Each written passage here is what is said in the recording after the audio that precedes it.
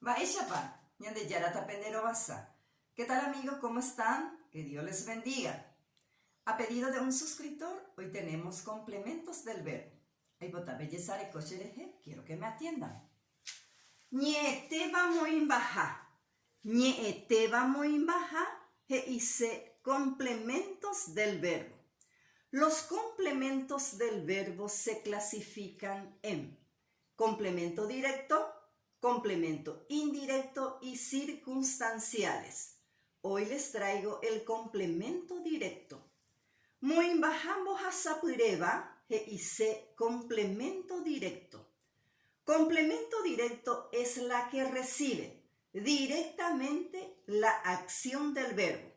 Para este complemento directo se debe hacer la siguiente pregunta. Baepa, ¿qué significa qué cosa? Tenemos el primer ejemplo. Shesu oyowa mokoi vaca, que traducido quiere decir, mi madre compra 2 vacas. Sujeto, shesu. Verbo, oyowa. Complemento directo, mokoi vaca. Shesu oyowa. Baepa oyowa shesu. Shesu oyowa mokoi vaca.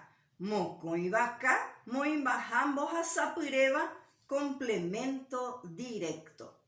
Nos vamos en la segunda oración. Oweru caló petei camisa, que traducido quiere decir, trajo Carlos una camisa. Sujeto, caló. Verbo, oweru. Baepa oweru caló. Caló oweru petei camisa. Petei camisa, moimbajambo hasapureva, complemento directo. Nos vamos en la tercera oración.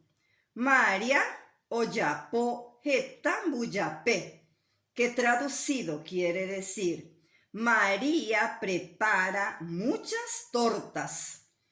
Sujeto, María. Verbo, oyapo.